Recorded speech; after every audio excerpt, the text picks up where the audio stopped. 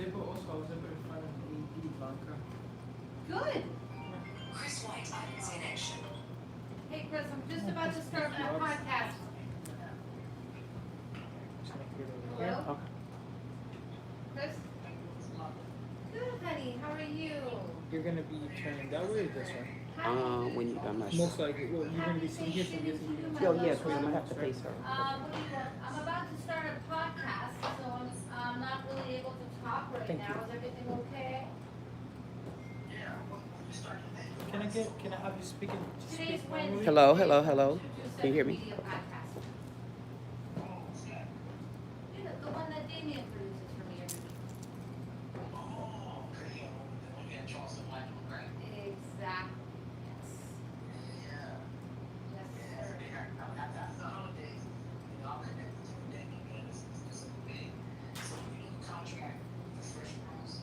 Yeah. Okay, so I'm gonna do their podcast. They're gonna do a contract. Right? All right. Send me an email with the summary, and we'll get it done. Yeah, they're ready to go. They're ready to go. I think we'll be the first of the month. They're ready to go. The idea came with this. It's called Fresh Bros, right? Think the brand. Okay. So I said, who are the Fresh Bros? The Fresh Bros is those two guys who did not do business buddy in my career. And we are talking about the Fresh Bros podcast. That thing is real. That's the idea, right?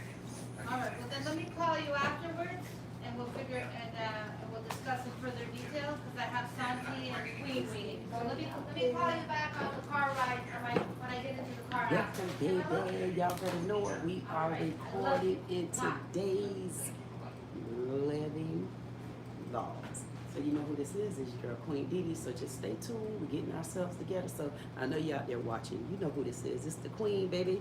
Let's get it live, honey. Oh, I'm gonna turn my phone on silent, and I'm ready. You know, if you have any questions, just go ahead and ask me any questions that you have to ask me. Just put it in the chat. You know my claw dogs, they'll be getting you. So leave your messages, leave your comments. What I'm gonna do is I'm gonna drop the link because I'm gonna need you to come on and get live and join this conversation. It's your girl. Okay. All right, let's go. Let's get it, baby. Your phone off. Your phone is off. Just 1 second. Let me dial in the lighting in the back. So let's turn it on right there. And then, yep, that's good. Now this one right here. We want to come to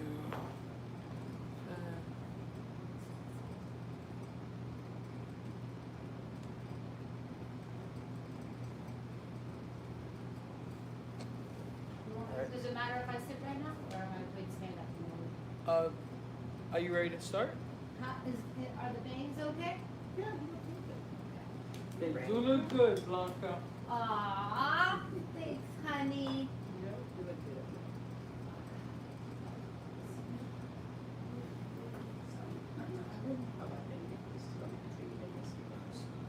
Yes, everyone knows what that is. It's like my signature piece that my honey gave me for my birthday 2 years ago.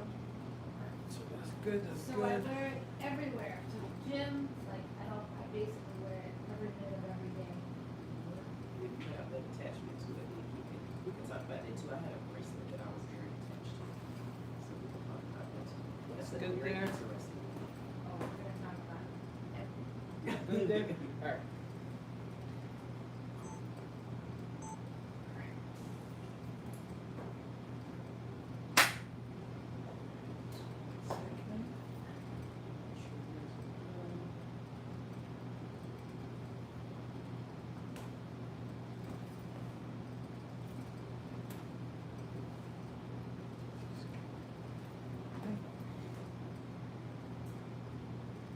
And ready when you guys are. Okay. Welcome to the Laws of Life podcast. I'm your host, Blanca, and today I have a Renaissance woman as my guest. Podcaster. Sorry. Oh, no problem.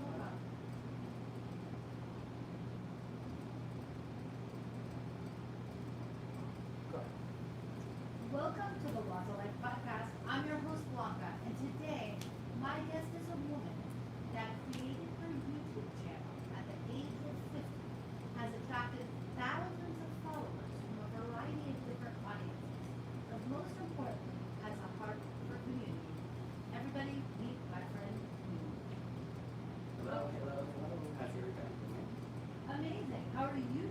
I'm doing okay. Blanca, how are you? I'm just so excited that you're here, that you're my new friend. And Queen and I met at the Relief Alliance Award ceremony on Saturday night in West Palm Beach. And one of the reasons that I immediately wanted to connect with you was your fashion. Because you were wearing this camo, exercise, combo, casual, sexy outfit with these combat boots and heels. And I was like, all right, I have to say hello to that woman. And that's exactly what I did. And I appreciate that. Thank you so much for noticing that about me. I did come kind of combat style. I had on my army fatigue socks. I had on probably some tan brown shoes and probably a Durban full of arminess in it. So I just come as I are. I love that. So my law of life that we came up with yesterday was, when you see someone with a glow, say hello. And you definitely have a very special glow, and we shared a lot of stories. But let's start, we always start at the beginning. Where did you grow up? I actually grew up in Charleston, South Carolina. I was born and raised in Charleston, South Carolina.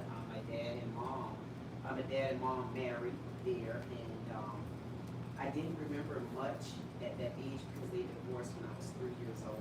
So I remember from a little girl just bits and pieces even of Florida, because my mom and dad separated at 3 and we moved to Florida. So did you live with your mother or your father? I started off with my mom. My mom and dad was together until I was 3, and then probably around about 6 years old, I got shipped off to dad. About 5 years old, I went to dad. And why was that? I have no clue. Are your parents still alive? No. My mom passed away in April of 2010. My dad is still living, and he lives in Charleston, South Carolina. And are you close with your dad? My dad and I, we were very, very, very, very close. But, you know, as the saying goes, when you get another woman in the room, maybe 2 of them can't stand the same room. So as a little girl, I don't think my stepmom really adored me. You know, as being an only girl, being raised by my dad, she came in his life and she didn't have any children. So I think over time, I think that might have brought a little bit of marriage between us. That's really, really tough when you are a child in a home where stepmother doesn't really have that nurturing maternal instinct. Did you feel alone because of that relationship that you thought I had or something? Because I can see you're a little emotional. And thank Yeah. you for being vulnerable and sharing. And he hit me in a tough spot right there. I'm so sorry. It's okay, but don't worry about it, because one thing We about my always make people cry on the Listen. Laws of Life podcast. and one thing about my crew here, y'all, big ups to you too. They already know.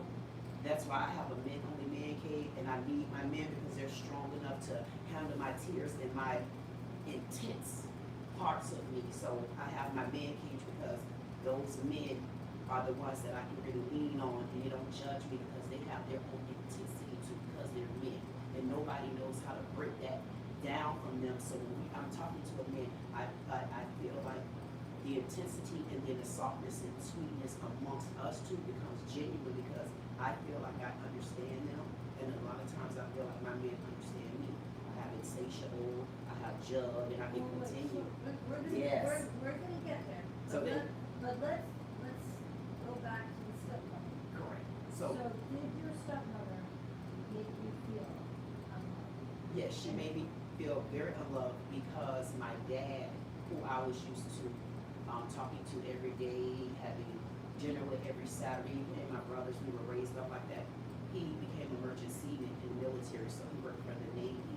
And back then, my dad traveled on the ships, and he go when the war came between Saudi Arabia, I think that's what it was. My dad was gone, and like a lot of our connections stopped at that point. So I didn't get any of that attention from her because I felt like she never had a kid before, so she didn't understand how to love someone unconditionally without the relationship getting to know part. There are some people that have that gift and connection for children, and there are some people that don't. And I mean, a child can love you in 1 minute if you show a child love. But how many years was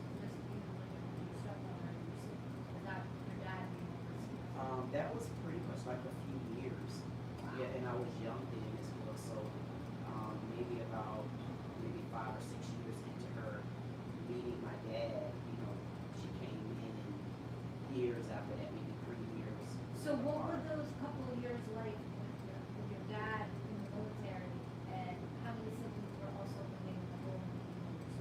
I'm an only girl. My dad raised me as an only girl with my 2 older brothers. So I had my 2 brothers, but it wasn't the same because as being an only girl, the conversations would never be the same. So it was definitely lonely because, you know, she was on one side of the town and I was in the room where I belonged. But my brothers were together as boys. They can relate to conversations in Nintendo and Sega and things like that. That was very prevalent back then. So you didn't have a very solid connection to this woman that was in charge of the household. How did she treat you? What was life like? How she treated me was no treatment. So I think people would think, you know, going into a household with someone that doesn't care for you or doesn't have those feelings and views about you, some people would think, oh, you must be mistreated because that's the normal things that you hear coming from a kid that's been adopted or in foster care or just lived with a stepmom. But the difference with me was it had nothing to do with physical. It had everything to do with mental and just heart and emotional.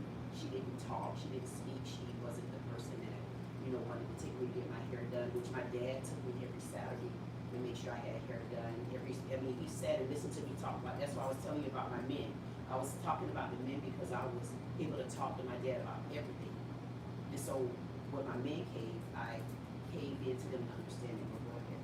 Do you think that because of what happened with your stepmom, and because you are definitely a daddy's girl, that is why you feel more, you trust men more than women?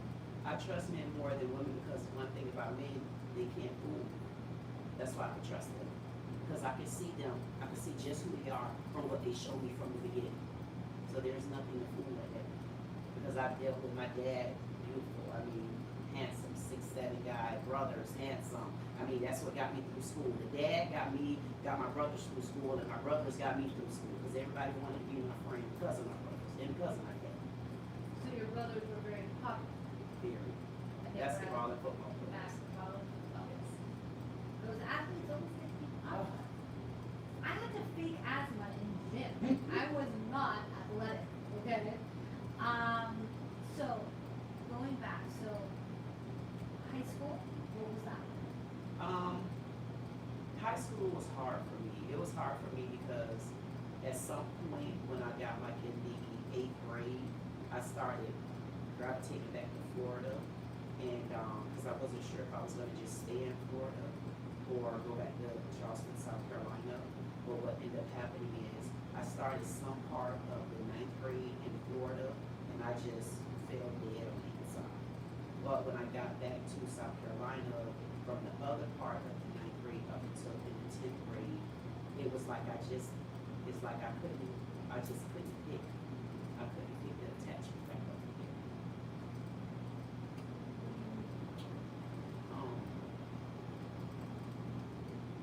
Well, just the whole time I was with my dad, that's what I knew. And I knew attention. And I knew conversation. And I knew dinners. And that was being raised by a man that taught me a woman's side of it. And when I came to Florida, I started detaching because I couldn't attach to anybody that was around me. So I detached from them. But I think what also happened, I detached on the inside of me also. So I lost that. Everything I had in Carolina, which didn't have anything to do with the kids I hung with, it had everything to do with the way I was being raised up in the house with all these men. So once I got back, it just seemed like everything was so different because my dad wasn't there. He was still overseas. It was still the same stepmom. My grandmother passed away, and my brothers were basically going away to college. So them leaving, that for me, the house was empty. And that house wasn't just that building with 4 walls and roof. It was the house right here too, and that triggered it from there. That's definitely one thing you have taught me in the short time we know each other, is that you look at your body, your soul, as opposed to. That's right. And at that point, you only felt empty. It was right? empty. It was empty from a person coming from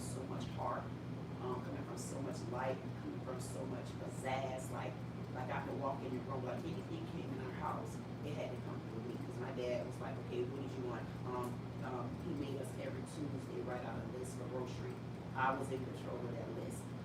We got our first kitchen table, because my dad built our house from his hands. I picked up that kitchen table. And so that attachment with conversations and listening to me, my dad would just listen to me talk and ask questions, and it was like he had me on a debate, but I loved it. It was just a different conversations with emotions, but no emotions. You had intellectual conversations. Your Yes. father cared about your opinion. Is that connection with him still there today? Do you know?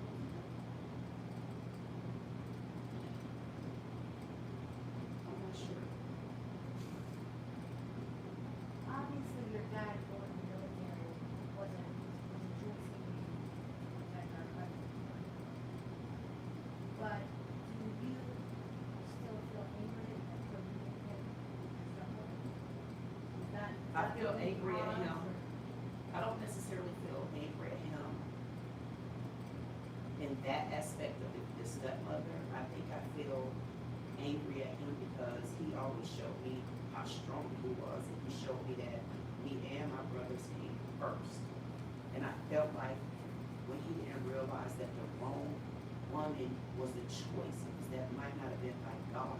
When he didn't realize that, I feel like he didn't put his feet down and say that it's not just about me, it's about me and my children. That's why I have my children from my ex-wife. He didn't set boundaries.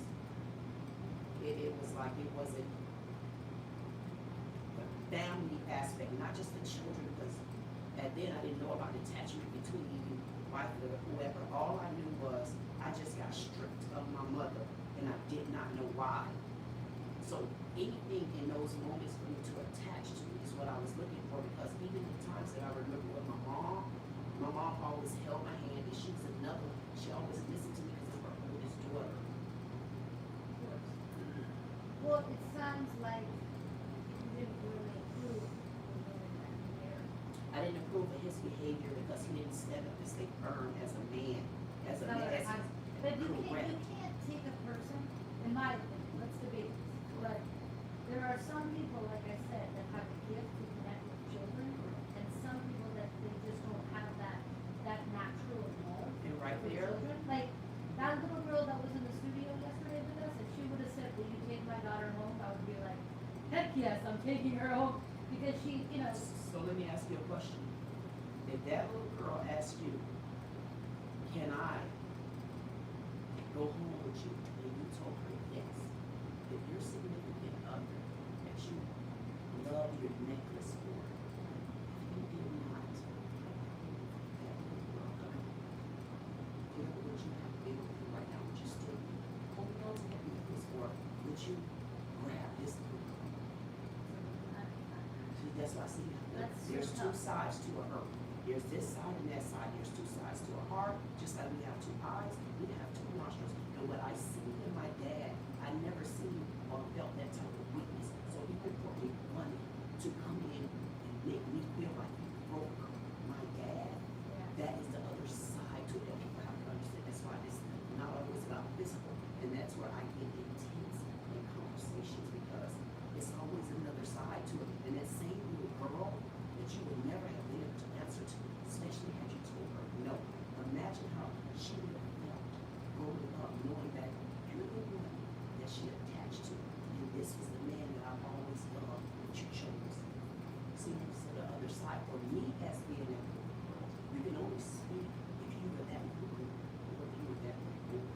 But as me being that little girl, I felt like my daddy, because he chose me for letting me stay with my mom for whatever reason he and then didn't give you what you needed. exactly, because he already Oh, I get it. he already defeated one woman, Yes. and now we have another one that you couldn't defeat. So as me being that little girl, from my side of it, and to any other little girls out there, you have the right to feel this way.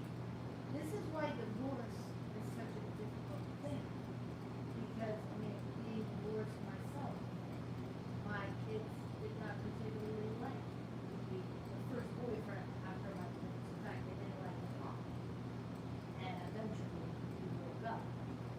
did you feel about that book? I actually, sometimes my kids are smarter than me. I listen to them because they're very perceptive and Was that time ago? they have, that was a while ago, that was a couple of years back. But they said that he was very controlling, very bossy. And they said, why are you like letting this man boss you around so much? Why? I looked at it as guidance. I saw the positive side of it. But in the end, I guess you could say, you know, obviously you have to follow your own heart, and I made the choice to break up. It's not easy.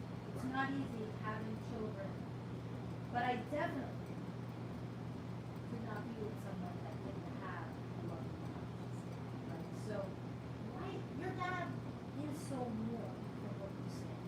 Loving, engaging, conversation. Did you ever say to him, why are you with that woman? Why is she so cold?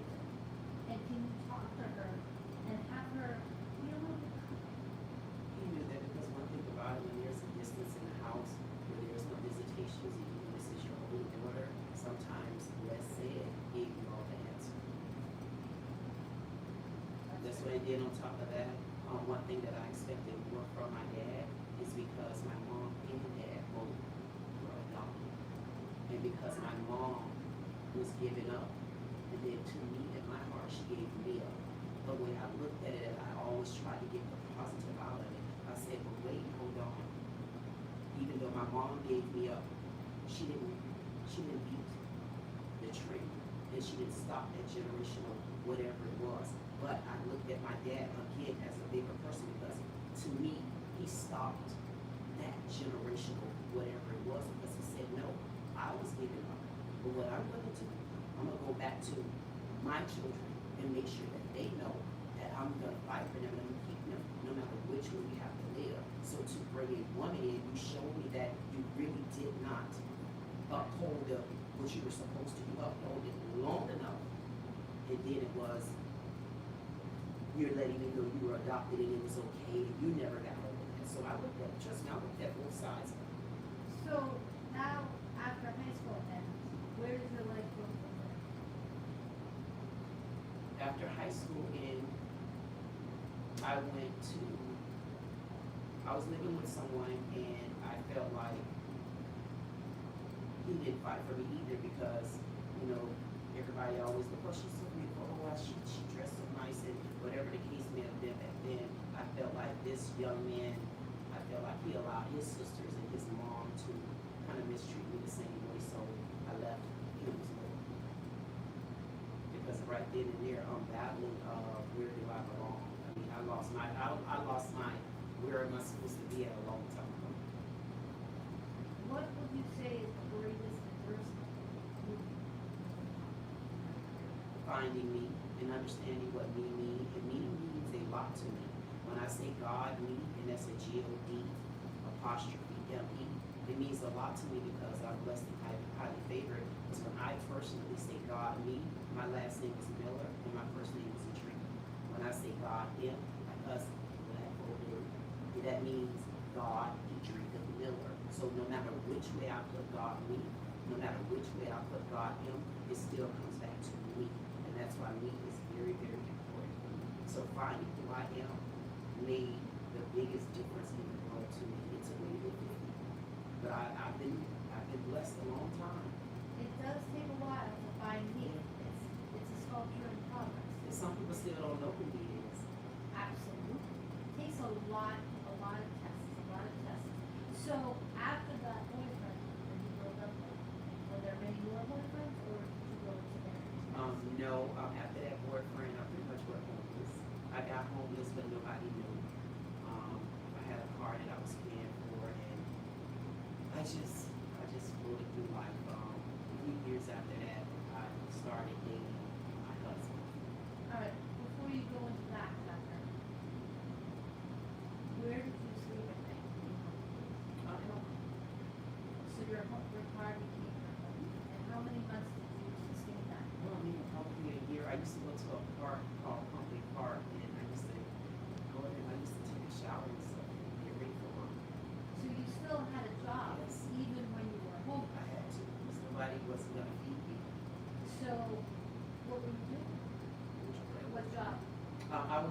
a telephone company job. Matter of fact, me and one of my cousins, who hopefully you'll be able to meet soon, we've been through a lot together, but her and I worked at a job together, so I would pick her up for work every day, and she didn't know. Looking back on that chapter, what's the number one law that From that experience, the number one law of life I think I learned from that experience was learn the law of life. Learn the law of life because that's one thing I didn't know, because my generation coming up back then, our parents didn't really, they tried to teach us the law of life, but they were going through their own thing, so I wish honestly I knew even the law of life. So anybody can say, well, the law of life I would have learned was to try to keep a job and have a car. Okay, I had that. The law of life is try to keep the okay, I had that. The law of life is know your first and last name. I had that. Your license is valid. I had that. So those things, I had those things, but I didn't know what the law of life even meant to even look back then and say that, other than to learn what the law of life was. were you depressed during this period of time? Did you have depression? I didn't know what depression was. All I knew was I was always lonely. It didn't matter where I was at, I was lonely. I felt like a tall person that literally, I always said Mercury, Mars, and Saturn. And I figured out I'm actually from Saturn. So I was lost just like, yes, I was lost just like that until I used to go out the door and look at these lines in my hand. And when I look at my hands, I would say what I needed to say. And then I look up and I say, I'm telling y'all what I'm talking about. And that was the only connection I had with me, life, anything. And that's how I grew up, by going in my hands, talking in my hands, looking up to the sky. And it used to be times I'll stomp my feet, and it seems like 2 days later I had it. And that's how I honestly live. It sounds, anybody that understands that type of life, that's how I live, because I was lonely in the woods. During the year you were homeless, did you use drugs or I alcohol? never did. Never. Never. So you've Never. always had a clean mind. Yes. So that clean mind is a blessing, That's a blessing. a big blessing. Because in Charleston, South Carolina, the way I was growing up with my dad, see, my dad, whether he was home or not, if my dad told you, don't do it, there's no 1 and 2 and 3 and 4 times. Don't do it. But even if my dad is not around and he said don't do it, I had an older brother who was only 2 years older than me, and then I had another brother who was 1 year older than me. The answer is don't do it, and that's the end of it. So I was never in an arena where I could see people doing things like that, because I was only allowed to go to the basketball court when my brothers were there. So I was very isolated, even in school, the boys wouldn't even talk to me. Well, One you guy were said I was too sheltered. tall. You were sheltered. Yes. So in that way, there were obviously some really good positive influences on your mindset. And the Yeah, person that's- you've become today. That's what kept me going, because of the way that my dad had raised me. He was strict, military guy. Right, Strict. but you know what? It's strict to think that's strict because me already being raised up in the house, strict to someone that's just getting into whatever it is you need to get into in the house is strict to them. But for me, it was regularly living. Do you think that, obviously your father had a strict anti-drug, anti-alcohol policy. He embedded that within your moral fiber, and you've never violated. But he never did. My daddy drank his beer. He liked Crown Royal. He made Crown. And I still listen. I got So he didn't say, if you ever come home with No. alcohol, I'm gonna, Back then, you know what? Honestly, back then, certain things that people do these days, it wasn't. They knew not to even do it in the streets. What you did in your house is your business, and your house don't bring it out the door. And it literally was like that without being safe. It's almost like in the community, if you have a grandmother here, I don't have to know who your grandmother is. Just don't do it. And it was strict in my area like that. were you offered drugs? No. You weren't even I was offered. sheltered. They were scared of my dad and my brothers. I mean, that's. Okay, They were fair scared. enough. So then we go into the chapter where you get married. Tell us about that. How did you meet? I met in Delray. There was a function on Atlantic Avenue. And he came up to the car and we started talking. And I'm like, he was giving me his phone number. And I had one of my sisters give me the number. And I pulled it off. And he messaged me that time of the morning. We had beepers then. And I Oh called my back on the God. beeper and he gave me a nickname and I hung the phone up. I'm like, probably like 3 weeks later. Is he tall? Yes, like about 6'3.5". So how long did you date him until you got married? Probably about 4 or 5 years. Oh, so you were together quite some time. Oh, about 31 years. 31 years. So what was the happiest memory from that marriage? I think the happiest memory from that day was the day I got married. And I think having my son and daughter. I think might have been having my son first, but here's the thing. It was the happiest day for that marriage because when I was pregnant with my son, that was not a good pregnancy. I was nauseous. I couldn't eat anything. It was a miserable thing. But when I had my son, I just knew I got hungry instantly. I was ready to eat. And I promise you, on the inside, that was like, because it seemed like that was a misery, honestly, that almost kind of took me back to what I used to go through. Yeah, if that makes sense for me. That's how I felt on the inside. So what kind of husband was he? He was a husband. Well, I mean, was he a provider? Was he a cook? Was he romantic? Was he affectionate? What were the likes and not likes of him? The lights were. He loved my cooking. Yeah, his mom is as well. Very, very. What did you like about him? And he loved my cooking. What else? What else I like about him? That's more than liking you. Yeah, but I like that too. You because like, I'm it made you happy to get a little bit. Yeah, because anybody that know me, they know I'm honestly a cook. They know me for cooking. Maybe you can teach me because I literally have a cooking disability. Yeah, I can't even make like rodent popcorn. It's bad. Now that It's might like, be, it's bad. it's okay, you might be worse than me, you know. I might be worse than you because I don't know how to make popcorn. Like that's so hard, easy to me. That's so hard to me. And I just recently learned how to make grits. Oh, wow. But I cook everything else. But grits and popcorn, I probably be that worse than you. I literally almost set our house on fire 2 nights ago. So you Not worse than kidding. me. I'm mad. But my mother always told me, stay out of the kitchen and go study. I don't need you in the kitchen. I need you in the library getting a degree. So they kicked me out of the kitchen. So Right. it's not my fault. Okay. But going back, what did you like about your husband? I really, honestly, it sounds like a joke, but I really appreciated that he loved my cooking. Because when I cook, I honestly, truly, I cook from the heart. And it's not just that I cook from the heart. I truly, really don't soul food. But I cook soul food, honestly, from the soul, and I can look at it and I know if it's seasoned right. But I really love the fact that he loved my cooking. Because that is a true love for me. That's being honest.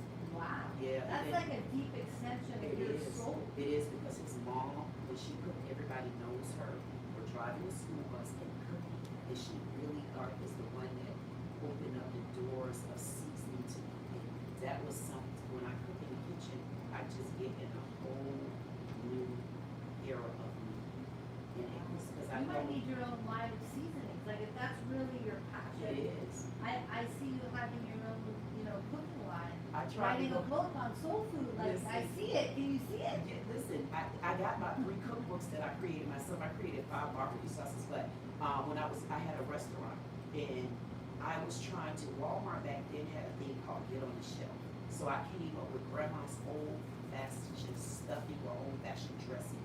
I had a guy do a commercial for me and everything. I literally learned how to cook dressing from scratch through my mother-in-law, between her dressing, between her macaroni and cheese, and her sweet potato pies. She feel I took the recipe like I took it to a whole nother level of she really won't eat from anybody but me. Honestly, but what she don't know deep down in my heart, she opened up the door. Even though Walmart didn't put me on the shelf, I said, okay, Walmart, look at you.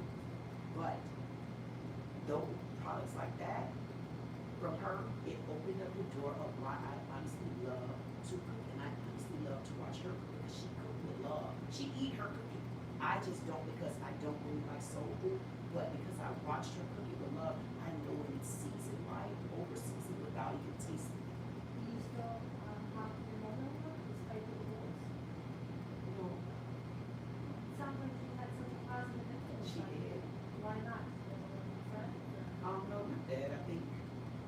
goes back to that thing where my dad and his wife, where you let a person take you to another side, and when that person takes you to another side, you honestly leave who you are, and you forget about the core values that you honestly had. Like her love for cooking isn't the same, her love for eating isn't the same anymore. Like, Well, going back to my husband, what are some other things you like about him? What were his best qualities as a man? well, another one of his best qualities are he's honestly loved to see me dressed up. So he admired you, he made you feel beautiful. Yeah, he did. Listen, it doesn't matter if I have the afro braided to the back, if I have whatever. He just really loved to see me walk in the room, and he would always say that you look good. And That is a great feeling, like, all women love that, like, that's an important quality. oh yes, it's one thing about it. I love walking in anybody's room. Absolutely. The way a man looks at a woman can change everything It does. in that relationship. And that's how And my he better not slack, or I'm suing him for negligence. and that's how my dad is, and that's for negligence, and that's how my dad was. We need to work on that, lady, suing for negligence. And negligence come from the heart too, because you know North Carolina have something like that going on. But my dad was like that too. Like he would, like I can remember the time when we bought the first kitchen table. He laid down the granite floors and everything, and so we went and we put a kitchen table in there. And so I was sitting there with the list, telling everybody what we need to have, what time we're gonna meet back up, what we're gonna talk about. And like if my brothers interrupt, my dad like, wait a minute, she's talking. He wanted to hear me to the end of the conversation, and I love that. I love it. So for my happily separated husband, we're not divorced yet, Okay. but for him, just me walking in the room, it was like, it doesn't matter who else in the room. He's gonna find me and he's gonna walk me to sit down. Just because So he he- loved, So just like your dad, he Yes. knew how to pay attention. He was present, hey, how much do you want? focused, Yes, focused, and I love focused. it. Yes. Very important quality. So you have two children, and 31 years is an awfully long time. So why did it end? If I may ask. It ended, there's a history behind it ending, because it honestly didn't start with him. Yeah, it honestly didn't start with him, ending it, but before I answer that, can I say, another good thing that I got out of the marriage? I want to tell you something else that I got out of the marriage that was very good. I really honestly, from the bottom of my heart, when I put my left hand there to it, I got out of the marriage, I was blessed that I didn't have to bring a stepmom in or stepmom. And I raised my kids to, if they ever, when it's their time, they're gonna know how to treat people. Whether it's theirs or mine. After that, I raised a lot of kids, so from that marriage, I was grateful to pretty much end it. And my kids were blessed enough, whether people understand it or not, they were blessed enough to be black kids that were raised up in the house with a mother and a father that did what they needed to do to make sure that that experience they would have on their heart until they get to get away. So that was very important to me. Very, very important. That's why I'm so glad you shared childhood, because that whole situation influenced that. Do you think that you stayed in the marriage longer, then you may have ordinarily chosen to, because you did not want to have a stepmother in your life? Yes. So, if you could go back in time, when your kids turned out exactly like they are now, what year in the marriage would you choose them? Probably before I got married. So, you spent 31 years with this man. What was the breaking point that you said, The breaking point when I said I was done, it wasn't the marriage. The breaking point was in June of 2022. I walked out my door and I looked up and I noticed things start changing with me. I just looked up and it started randomly just out of the blue. And I said, asked me to take everybody in my past. And I said, everybody. And within seconds, I tried to change it and say, oh, I don't need everybody.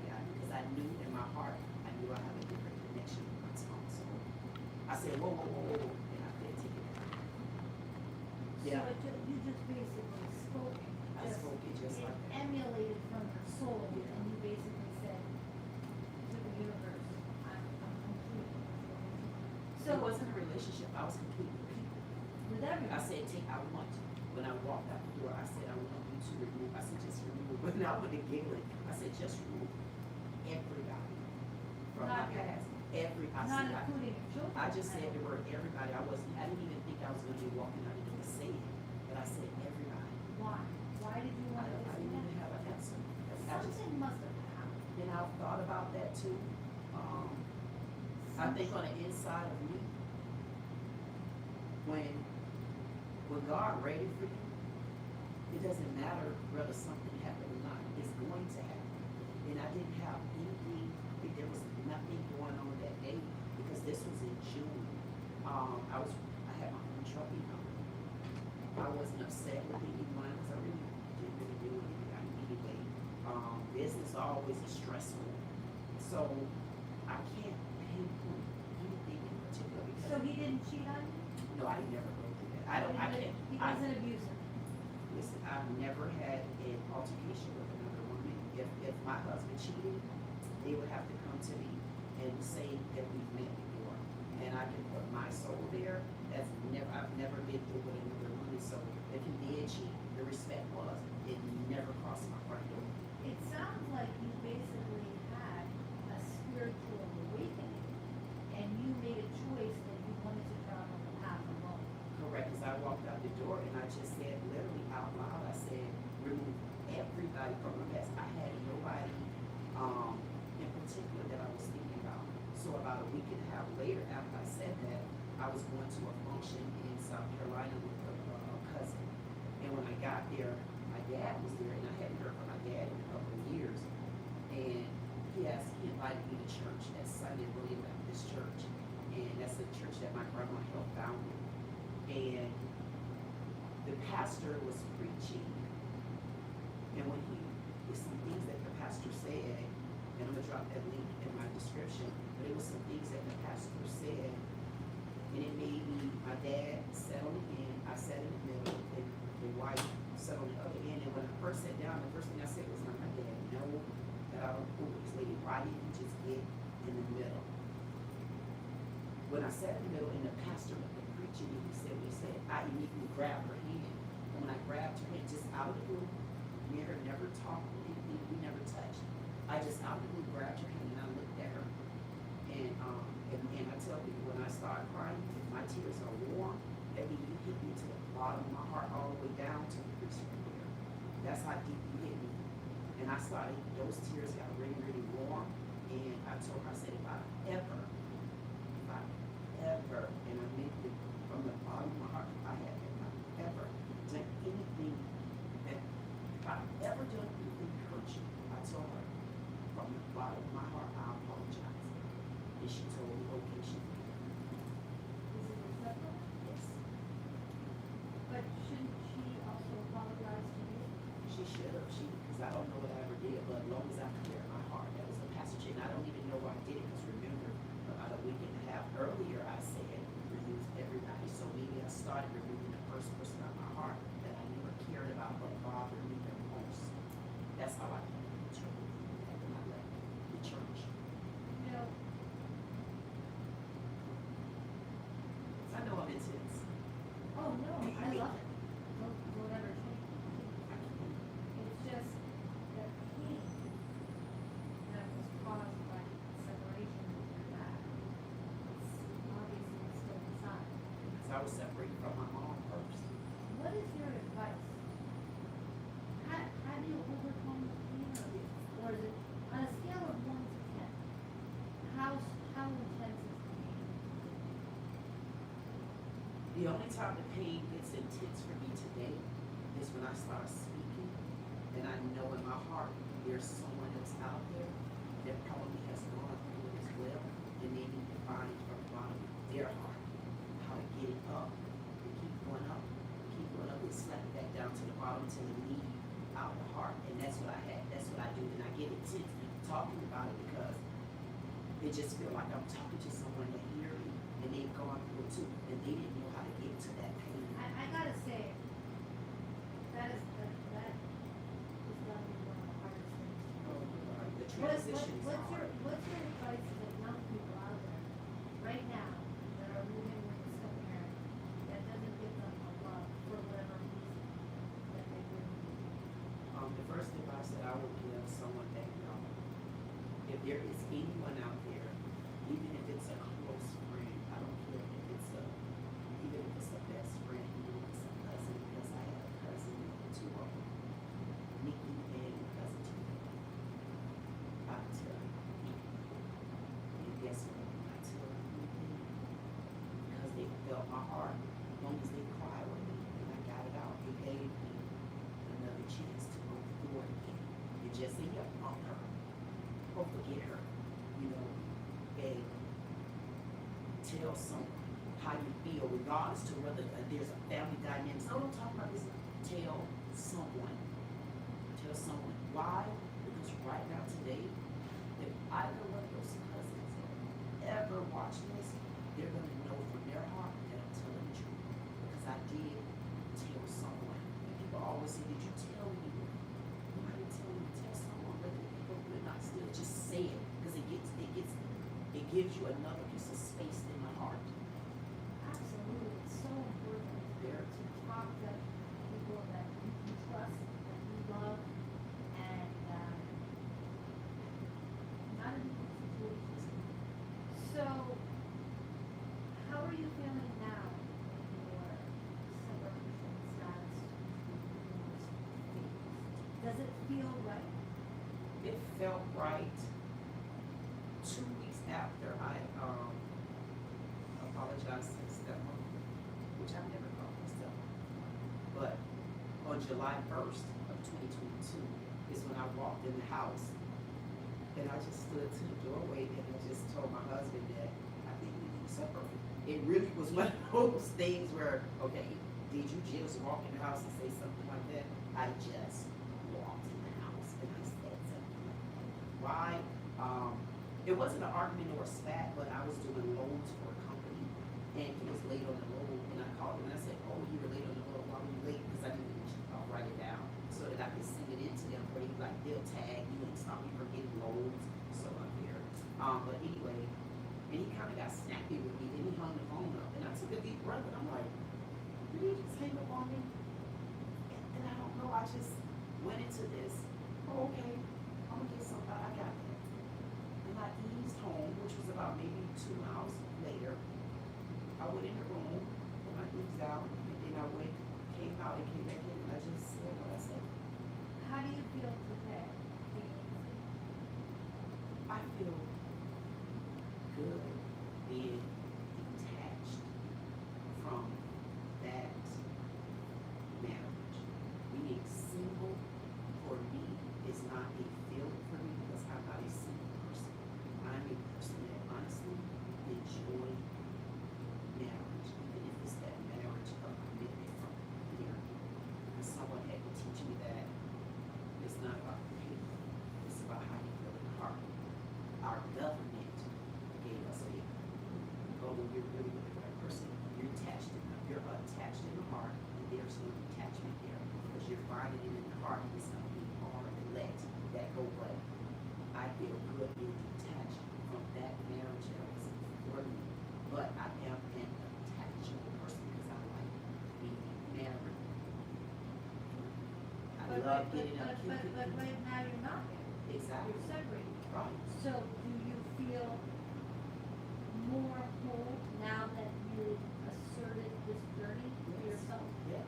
And Yeah. and are you happier now? I'm happier being detached from a marriage, but I still go through loneliness because there is someone out there for me because I can feel it. Absolutely. So you're open. I'm always open. I just don't like being. I wasn't happy being in a marriage that wasn't working. I want to be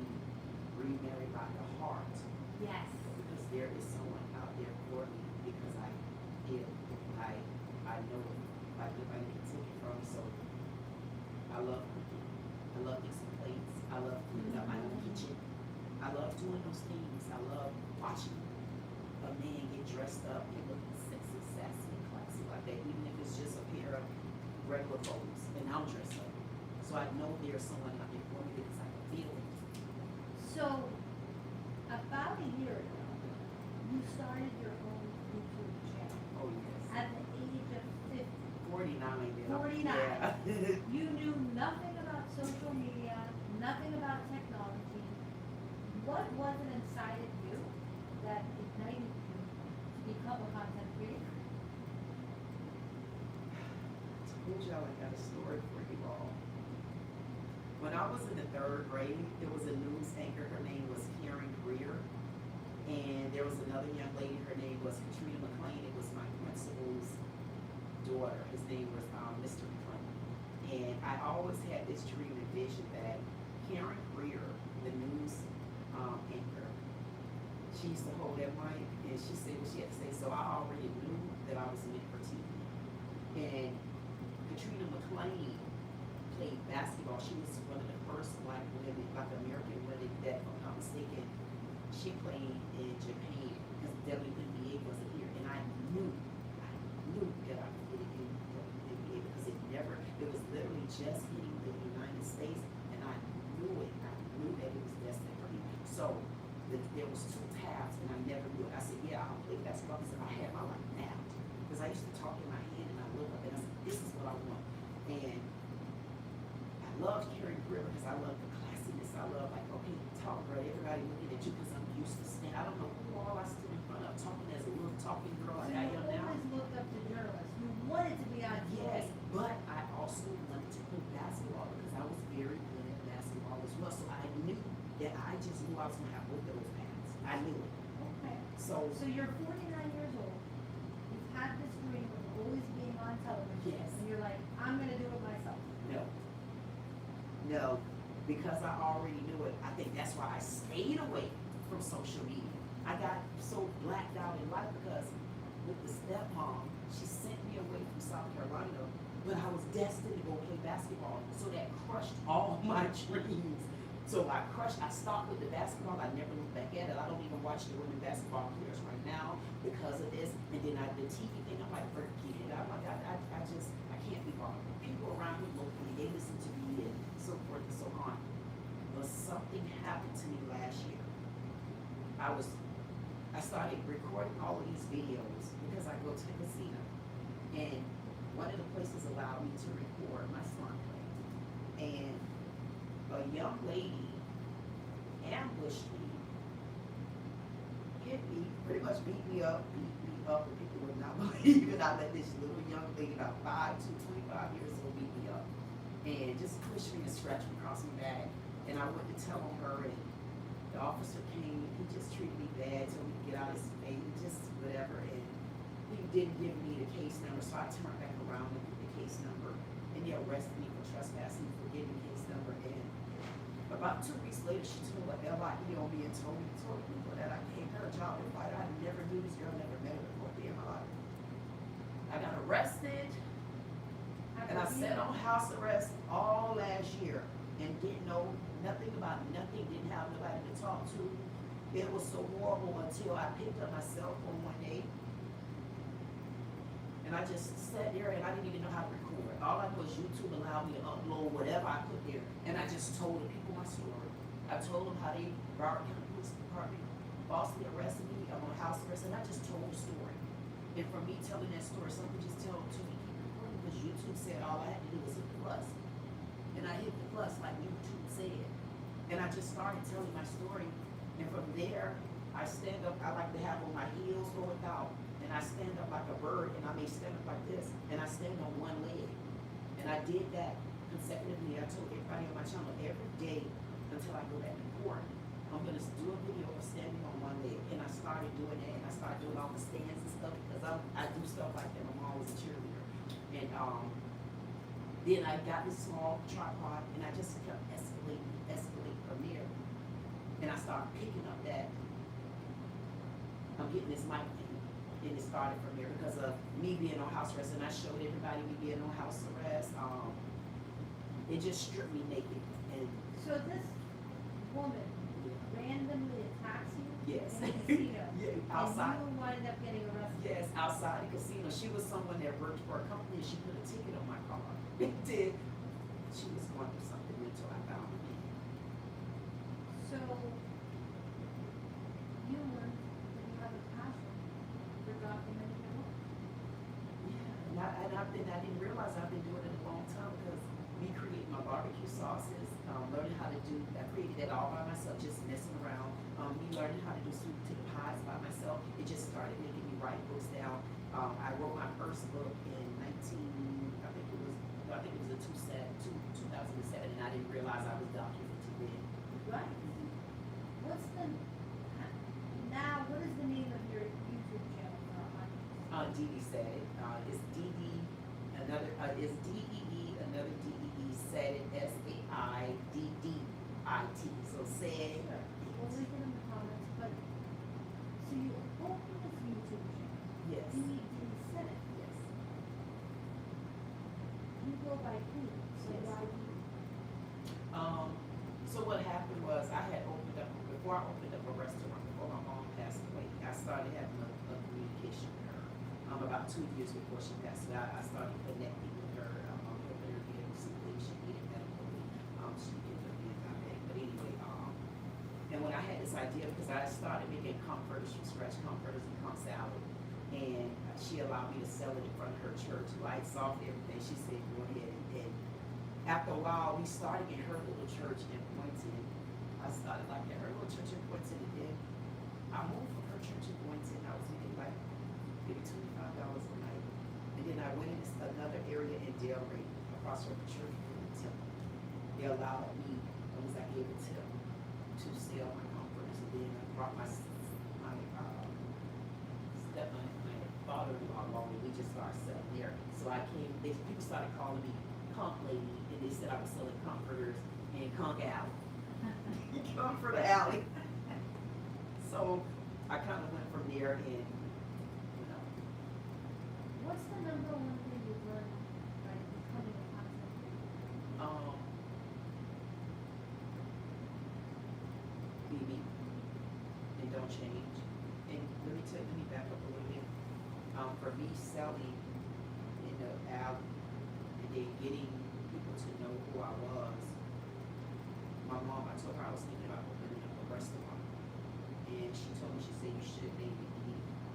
And I said to her, she said, you should name it Dee Dee. And I'm like, Dee Dee. Even though I used to always call myself Dee Dee, like that used to be my stage That was name. your stage. Because I didn't want the men to know my name, my real name. Yes. And And, your dancer?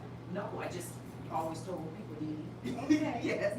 Oh, that was just like your name to guys that were flirting with you. Yes. You are so silly. Yes. I say this. It was Where on earth did you come up with I Dee don't Dee? know, but let me tell you, so I don't know where I came up with Dee Dee, but I can tell you this. Yes, but when I told my mom that I was opening up this restaurant, my mom told me, she said, you should name it Dee Dee's. And then I was like, okay, but you hear people call me Dee Dee now. And she was like, no, when you were a little girl, your daddy used to call you Dee Dee. And I was saying to myself, this lady just tell me anything I can tell she dad, because I never heard of that. My mom was holding a letter from my dad when she wrote my dad like in 1989, and she told my dad, she said, so and so and so and so, and Dee Dee, ... And I didn't believe her when she first said it. So that's what made me say, Dee Dee it is, but I had already been calling myself Dee Dee. So your mother called you Dee Dee in a letter to your father. Yes, but she never even, no one ever told me that my dad, that But my then name was Dee Dee. and you came up with that name separately. Yes. On your own. Yes, I was, It must have been subconsciously planted. and that's what I'm trying to tell you, because I've always felt like I've always been guided and just, Fair enough. yeah. So what do you love most about sharing your story with the world and what you do every day for so many people? What I love about sharing my story with the world is there's somebody out there that'll share a genuine story back to me. Because when I share my story, sometimes what I do when I talk to people, when we have a genuine heart-to-heart conversation, I mean, it just is embedded in me, and we always have a different type of conversation. Even if it starts off funny, it it lets me show them that they can open up to me. And people normally open up to me, but they see that I'm a regular person. I'm not from Saturn, really, but I think I am. Right? Tell me about this man's cave where you're the only woman in a YouTube conversation with, you said sometimes thousands of Yeah. men show up. What is that conversation? Me and them. And believe it or not, it's nothing about, oh, they're hitting on you or you're dating. None of that. It started off because, I don't know, I feel like somewhere in my life is somebody that I always type to. So I start understanding that, you know what, I don't have my daddy to talk to anymore. I haven't found a man that fit the bill where I can talk to them the way I used to do my dad and my brothers. We stay on for hours and we don't ask us what we're talking about. So I never found anyone to do that. But one day something just said, just do your men only, because it was something I always wanted to do. Wanted to have a man cave, just in the Memphis. That's what I always related to. So one day I went live, just out of the blue, I went live and I put men time, men. And I dropped the short, and then I wrote men time. It wasn't the man cave dinner. And it was only me and one guy. His name is Jug. And Jug had been following Jug, G-U-G-G. He had been following me since I only had 24 subscribers. That's how it always happens. And he the followed early me through ones. the live. I love And that. it was just he and I, and it just showed me different things about the live. And then I dropped it again like a week later, and then I put the men time on there, and it took So off what from are there. these men asking you in the line? Are they asking for advice? Well, we're texting each other because I started off as texting at first. So I'm talking live, and they're just listening to me, and every comment that come in, I read every single comment. I wait for an answer. Okay. I don't type Well, back. what's an example of a topic? What are you I talking don't do about? topics at all. Men You don't just- want to talk about topics. That's a woman's thing. Men want to talk So- about just whatever, just So talk you, about. so you just free flow? Yes. Whatever's in your heart that day? Yeah, 'cause Do you it's- talk about sex, love, drugs, Don't have to. rock and roll? Don't have to. Listen, when I do my men only, my man cave, I literally start off with me. Hey man, this girl Queen Dee, you know what? And listen, let me tell y'all what happened to me today. And I tell them honestly, that's how my day is, because I feel like some parts of my YouTube channel is when I go in, because I got certain things that I address on my channel. So I created my men only man cave because I can go and talk to them and vent. I can calm down, because when I'm around men, I am very ladylike. What is the biggest number of men that have shown up to you? About 1,000. And About 1,000 views. what do you think they're getting out of it? Conversation, someone that's really normal. You know, they get someone that they can look at. They often call me Bunny. I may talk to them sometimes, and it's not even just them I'm talking to. A lot of times I'm talking to myself. I might pick up the mic and say, hey girl, you see yourself on right? I see myself, what you say about this stuff? I like that. Then I'm side. just me, and then if someone fly in, because I'm literally talking to myself, I might be talking out loud about something, because I had never had really friends, like I had friends, but I always felt like it was me and someone talking, so I took it to my camera, and then whatever man came in, whatever man come, whatever I'm talking about, and whatever questions, we go from there. Do you think that being a live streamer on YouTube has helped heal some of your trauma from your past? When I'm talking to my man.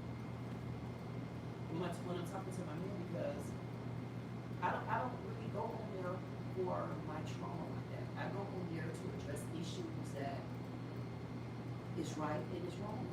It is my views of it. Well, there was one video you posted about the woman in the Gold's Gym in Los Angeles. And she was a woman that went into the women's bathroom.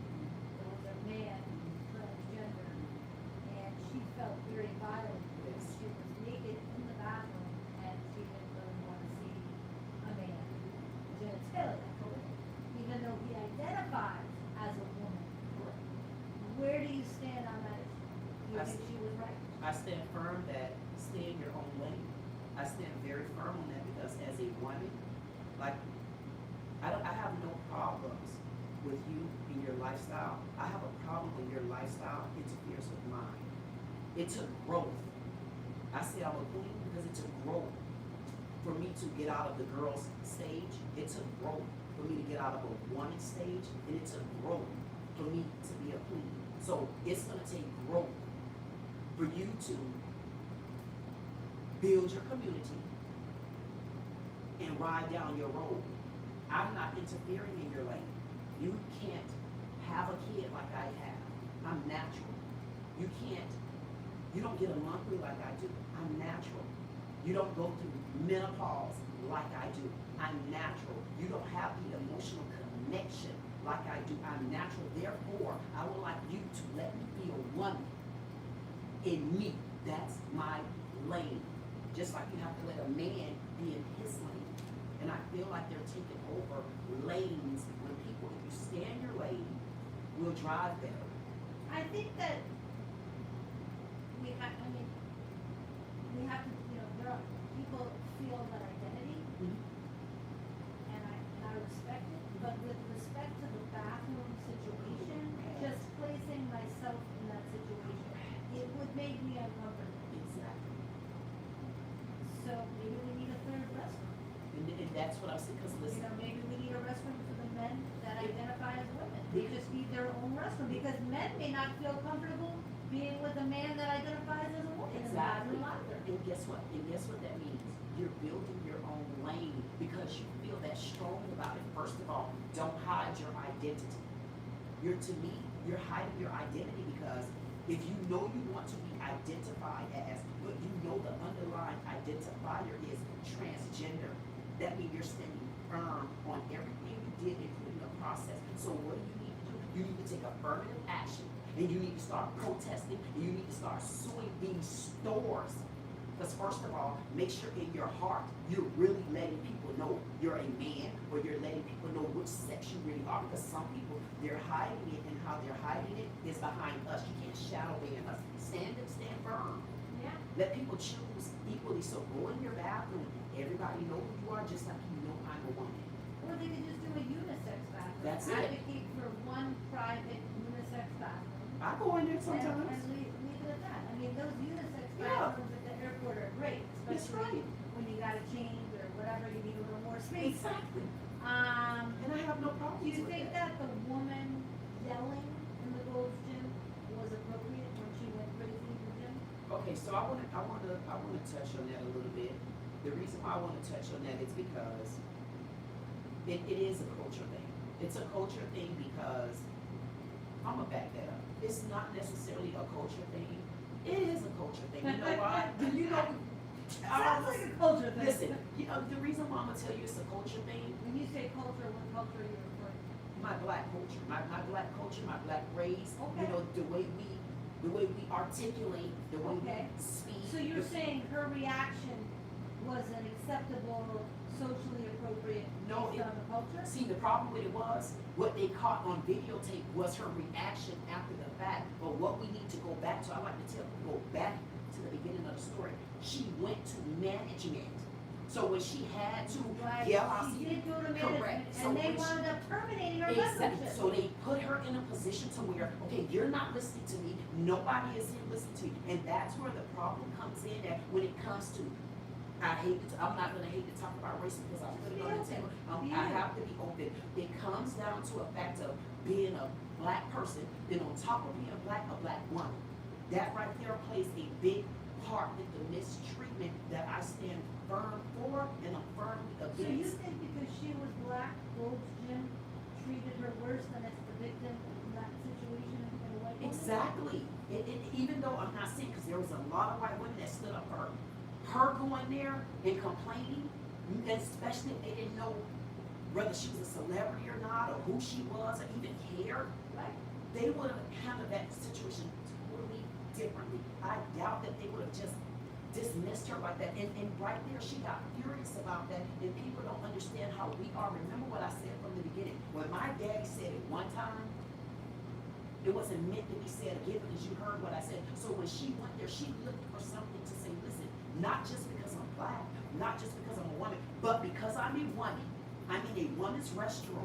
this man showing me his little pecker decker that we don't want to see with his little spiny whiteys on, you know, and I got to be ambushed like this. And here's the other thing I about don't it think too. her race matters. I think it's just very disrespectful to a woman. Well, She right. could be Asian, she could be any culture. No, the race mattered after the fact to me when you asked the question about her The being reaction. right. That was after the fact, but I want to bring something to the table as well. She's also a lesbian, so it's not like she was a woman and she got offended on multiple levels. She got offended as being a woman. She got offended as being a lesbian because as a lesbian, she don't even want to see it. So if I don't want to see it as a heterosexual woman, so people not looking at the whole basis I don't around it think all. her race, her sexual preference, I think the only factor that controls that situation is her sex. She's a woman. Right. And I don't think a woman should have to see a man's private parts when she's in a bathroom where she's taking her clothes off. Correct, and I was just saying,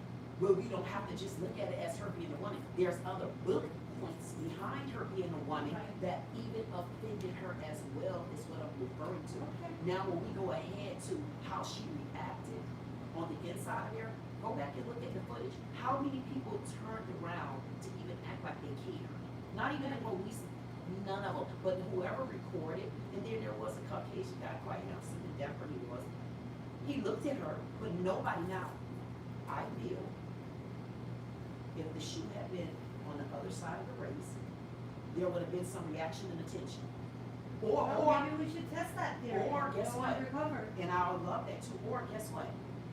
Had I been there with her, I guarantee you, and I stood up, her and I would have, they would have thought we were fools and clowns. I said, wait till her and I get together because they're disrespecting her still on this story, and they do not want to see someone like her and I match up together because again, right is right and wrong is wrong.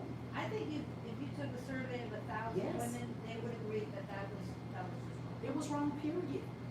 So And then the bullet points under it. yeah, I mean, and again, I enjoy debating these Yes. issues, and my heart goes out to that woman. We should have her on. Yes, I think so. And get her perspective, because it's an interesting issue. I would like to Now, talk to her. you also, so I love how you're out there on your YouTube channel, you're responding, you're reacting to stories that are happening in the world.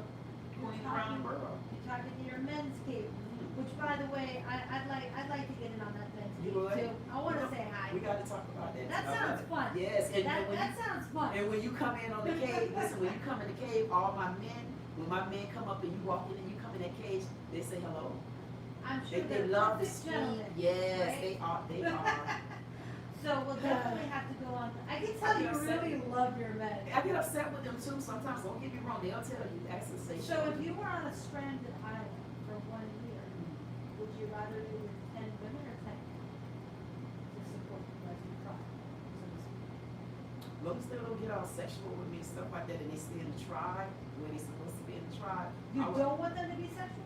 I don't wanna be with 10 men at a time. I don't No. even wanna be, I don't even wanna be with 10 Well, men maybe you tails could in pick a year. one, you could interview with Yeah, each but that's one. what I said, as long as they stay in the tribe, the way they're supposed to be triune, Yes. then we will be good, because that's what I need my house, once I That's a get good it. reality show. Yeah, that's what I'm gonna do, once I, Queen and her tribe. That's right. Tribe. because I have a background that I wanna make look, with all my men, I want all my men sitting in like you in the pew, all of them sitting, and then I wanna be the last one sitting in the back, where you have to spot me sitting and say, yep, I'm watching all I my think men. I'm seeing a vision for your future Yeah. music video. Mhm. You need to write some songs.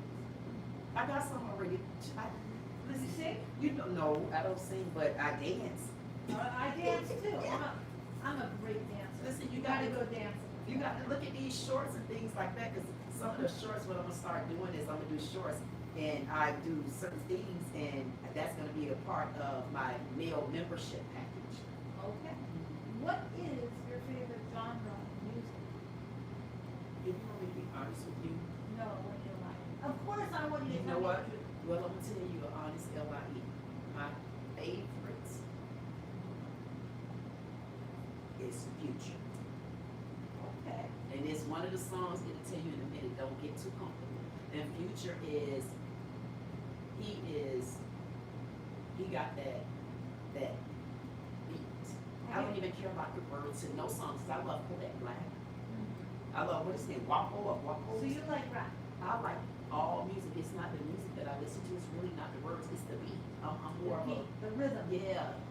And those What- that ain't too like, heavy if you of a could thing. meet one person, would it be Future? Is that who you wanna meet? Is that your Why celebrity why crush? do I have to get one choice? I can't- Alright, take three. Okay, Three I'm a- celebrities. If I had to meet one person, the first person that I would definitely need to meet, is 50 Cent.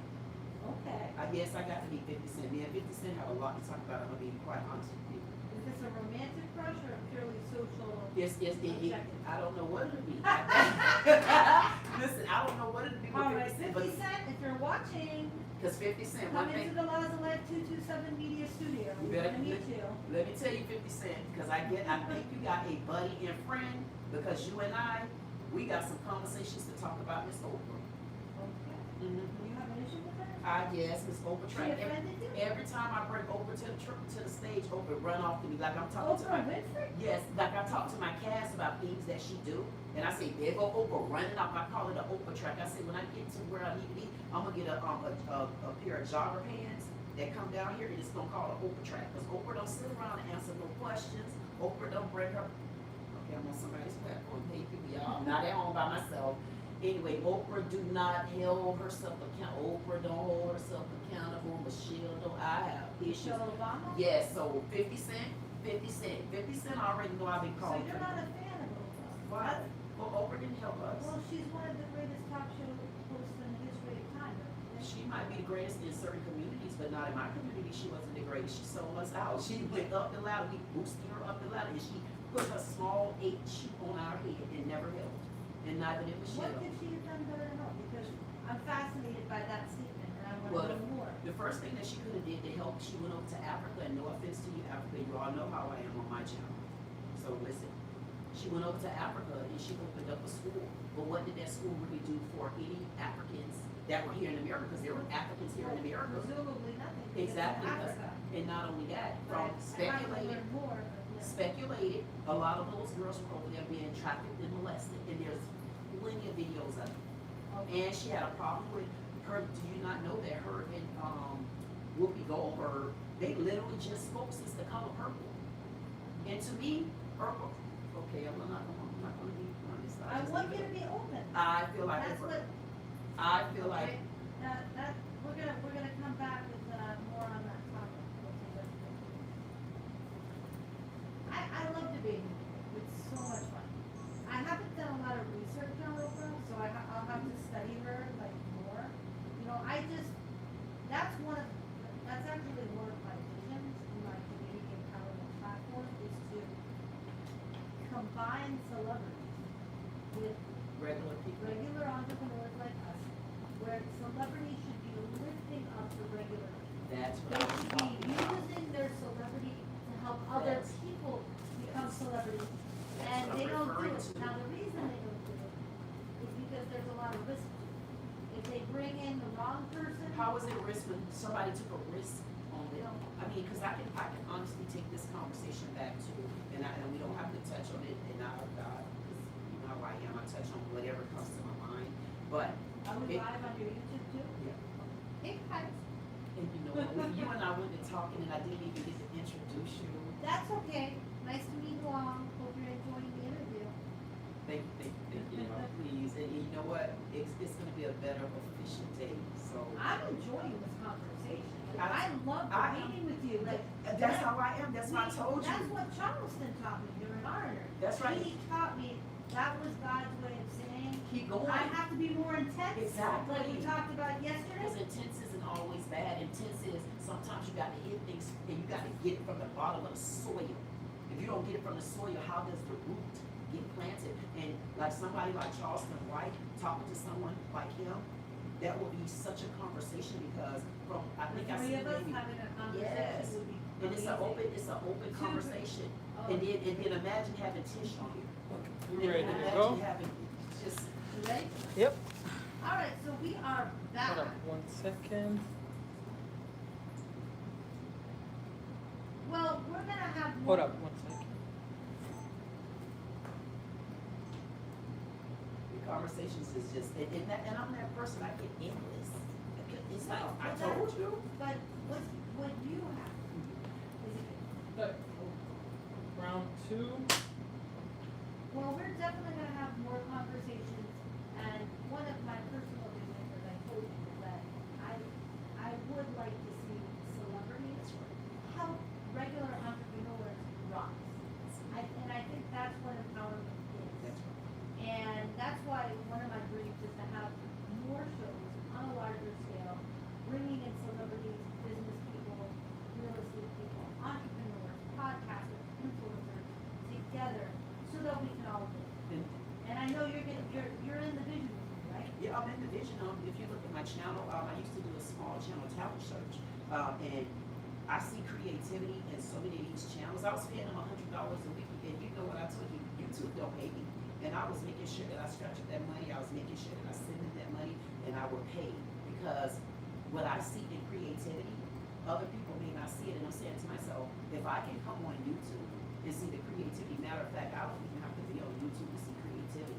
I see creativity in so many different things, because I could take this plant behind me and I'll wrap that plant around my head, and creativity, y'all, and guess what? It's how I feel, it's what I see.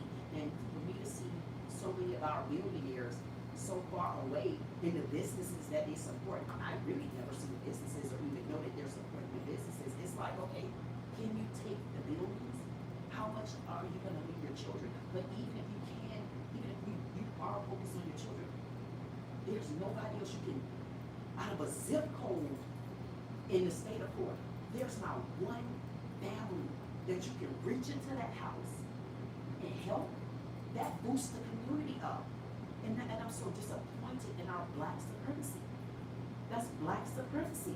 Gatekeepers. Celebrity supremacy. I mean, it's not All of it. necessarily any particular race. Well, It's it just- is. It's just when, I think we need more communication between the people that have achieved the highest levels of success and keep them connected to community.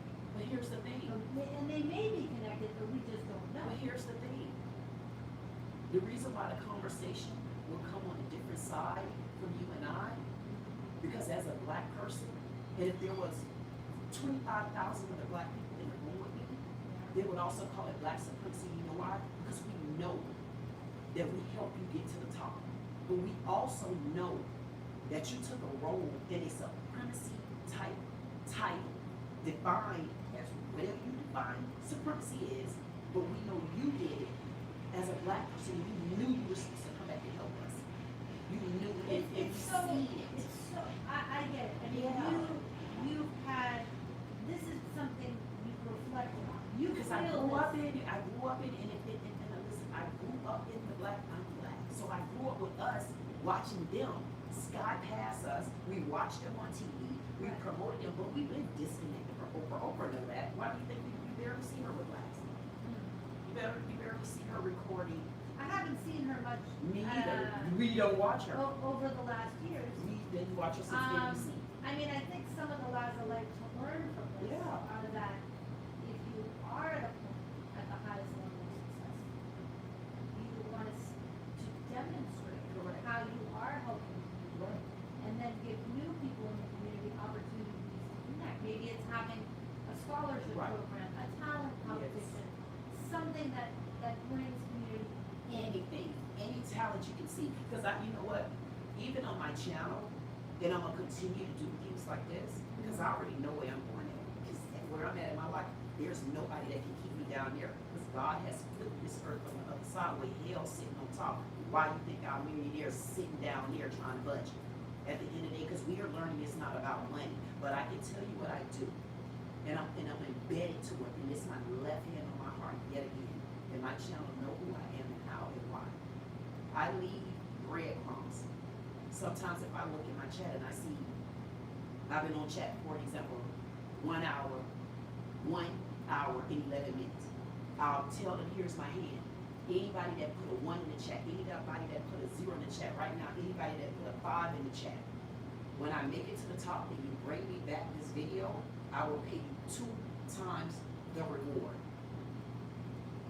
And put that 5 in the chat, and I drop breadcrumbs like that. You know why? Because you can hold that up in court. Then that's still me giving back to someone, and then I give them a time frame. You got 30 seconds to put that in the chat. But I already know where I'm gonna go at. I know I know where I'm destined to be, but you drop little bread, they can't come back in and chat and drop breadcrumbs for people. That $200 you might give someone might be a meal for Thanksgiving break.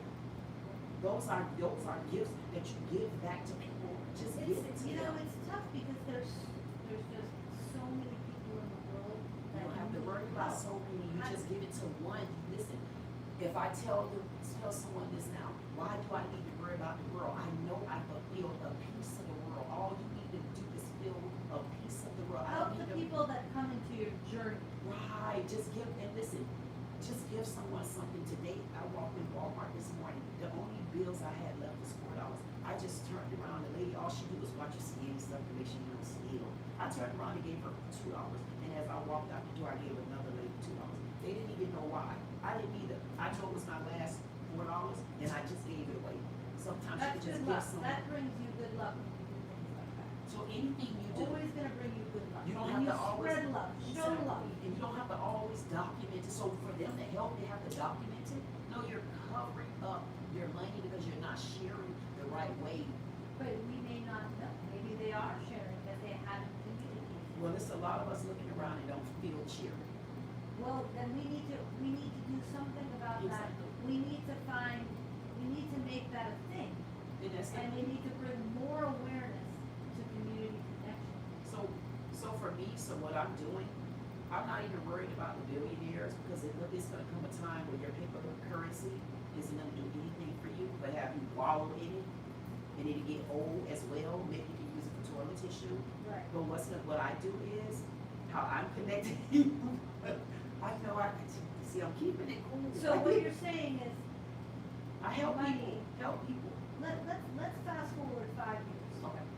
As we come to the close of this particular conversation, which is the many more in the future. But let's say you could pick your exact vision coming true 5 years from today. What does that look like? Who do you want to be in 5 years? If I get to 1 year, because I'm skipping the line. I'm confirmed to skip the line. So 5 years, I'll probably be sitting back somewhere saying, okay, get with this, get with that. They'll already know how to connect. I'll be somewhere in 5 years. 5 years so far away from me until in 5 years they're gonna have already mastered the money paper side of it. We're gonna be up in the air with crypto. That's what's gonna happen. And I'm gonna teach them how to do it. So you're teaching, I'm teaching them. you're teaching them how to make money with Teach them crypto. how to make their own money. I'm teaching you that if you got the faith and it's something that you want to do, all we have to do is get started with it. Don't worry about the money, just get started with it right now. Don't worry because you see billionaires with their billions. Remember, billions came so limited until we might do away with billions. So you So- have a passion to help others grow up. I can't do nothing other than that because I had to grow well. But why should everybody else grow well the way I grow well? Right now, we flipping this earth on the other side. It's time for us to grow well in a different way. And last but definitely not least, what is your number one law? My number one law of life. I gotta be just one. My number one law of life. I'm gonna start to the bottom, and I'm gonna say my number one law of life